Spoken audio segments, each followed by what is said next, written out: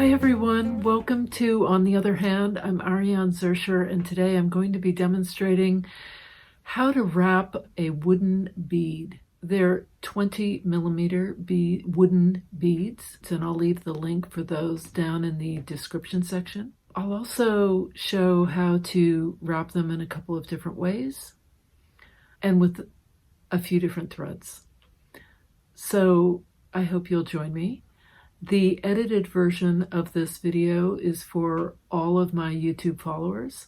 There's a longer, more in-depth version where I show a couple of different applications of how you might use a wrapped wooden bead in your work. But that's for my patrons on my Patreon page. So if you're curious about Patreon, you can go over and I'll leave the link for that as well.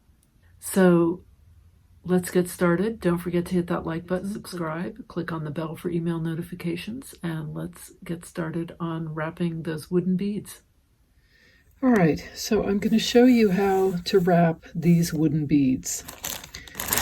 These are the beads. They come in a huge pack. I was thinking when I bought them I'll never use them, but now I'm not sure that's true. I think I probably will use them. These are wrapped in shepherd's silk. And I did another. This I wrapped in a ribbon floss. And then I did buoyant tendrils to kind of anchor it down. And I did one little drizzle coming out the center. This one I anchored some t-shirt fabric inside. And I did a really long drizzle out of this. And some other long drizzles out of this one. You can leave them alone. You can put things, coming out of them. You can do all kinds of things. In any case, I'm going to show you a couple of different ideas and ways to wrap them. The first way, and perhaps, I don't know if it's the simplest, there are pros and cons to either. You wrap the whole thing without adhering it to anything.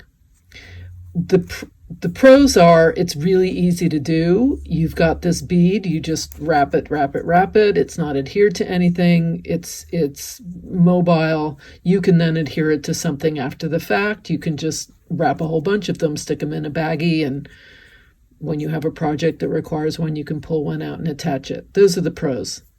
The cons are you have to have your knot inside, which if you're doing a lot of stuff inside and you're using a very thick thread to wrap, might cause problems for whatever you're wanting to. If you're wanting to have a lot of things coming out of it, that might cause some problems. The pros to putting it right on your piece and then wrapping and then adhering and then wrapping and adhering is that it's really well secured to your piece. It's exactly where you want it. And then you're going and doing whatever you do on the inside, and your knot is nowhere in there. It's all free and clear. The negative, of course, is that, well, now it's here, so you better be sure that that's what you want. Okay? The first thread I'm using is this. It's from a company called Color Streams in Australia. Mulberry Blues. It's Aurora 100% silk. It's very thick. It's like a cord. And I thought, well, that might be fun to do one. So I'm going to go ahead and pull this through, and then I'm going to kind of go in between here so that I'm getting kind of a loop, right? I want to make sure that that knot is inside. And now I'm going to thread this, wrap it around and around.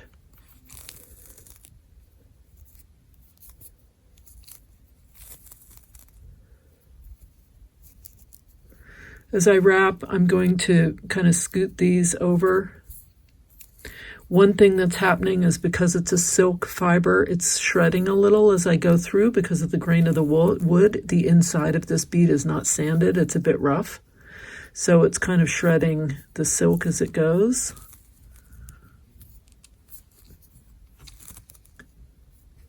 It's just something to keep in mind if that is something that's really going to bother you.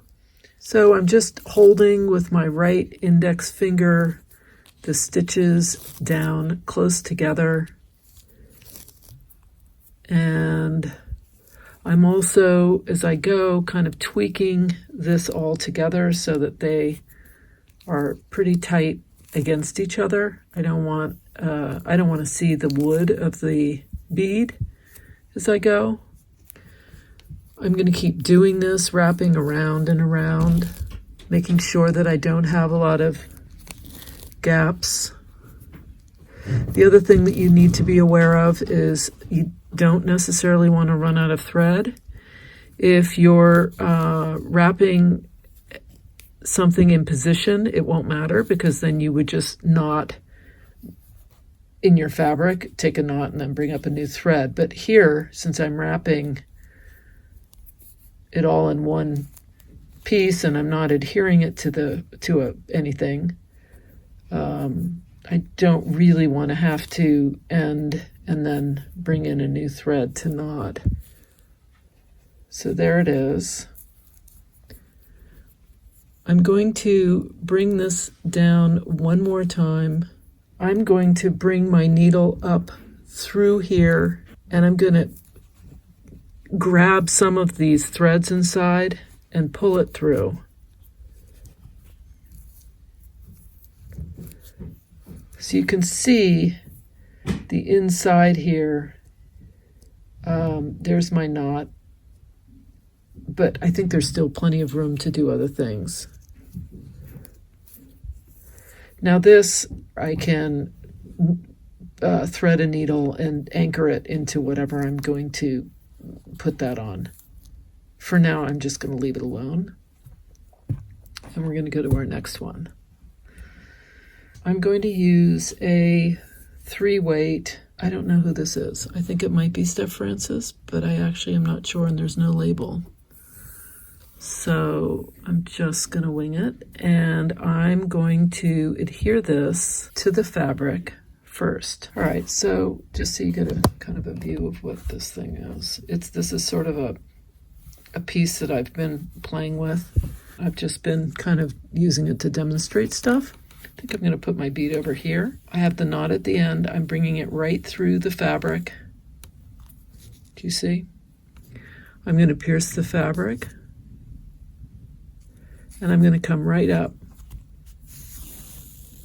and I'm going to start wrapping. Now, I'm not going to pierce every time. I'm going to wrap a whole bunch of times, and every now and then I'll pierce the fabric to position it, and that's it.